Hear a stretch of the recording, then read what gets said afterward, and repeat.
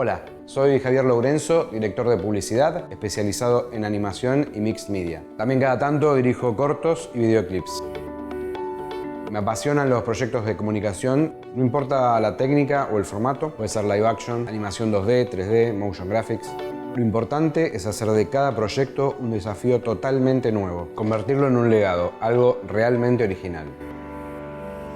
Comencé en agencia pensando ideas y me di cuenta que había un hermoso mundo lleno de posibilidades de producción. Es por eso que decidí sacar a pasear esas ideas, vestirlas, que queden lindas y que se conviertan en una bella pieza de comunicación.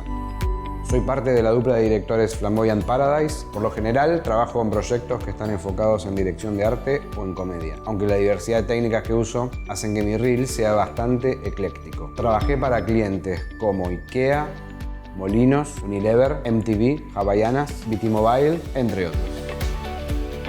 En este curso de doméstica aprenderás a escribir y a diseñar un tratamiento de dirección completo para ganar proyectos de publicidad.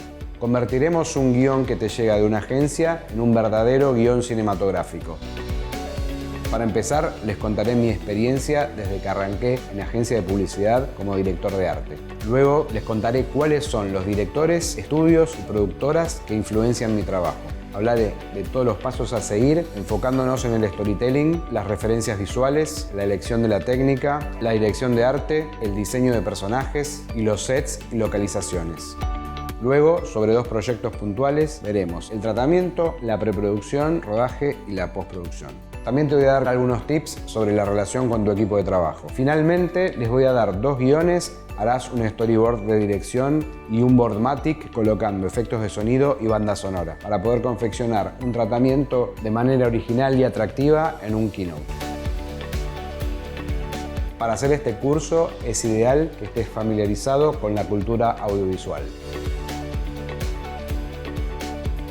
Si estás pensando en empezar a dirigir, si ya estás dirigiendo o simplemente tener curiosidad por el proceso creativo, vas a necesitar un buen cerebro y una buena conexión de tus sesos a tus globos oculares.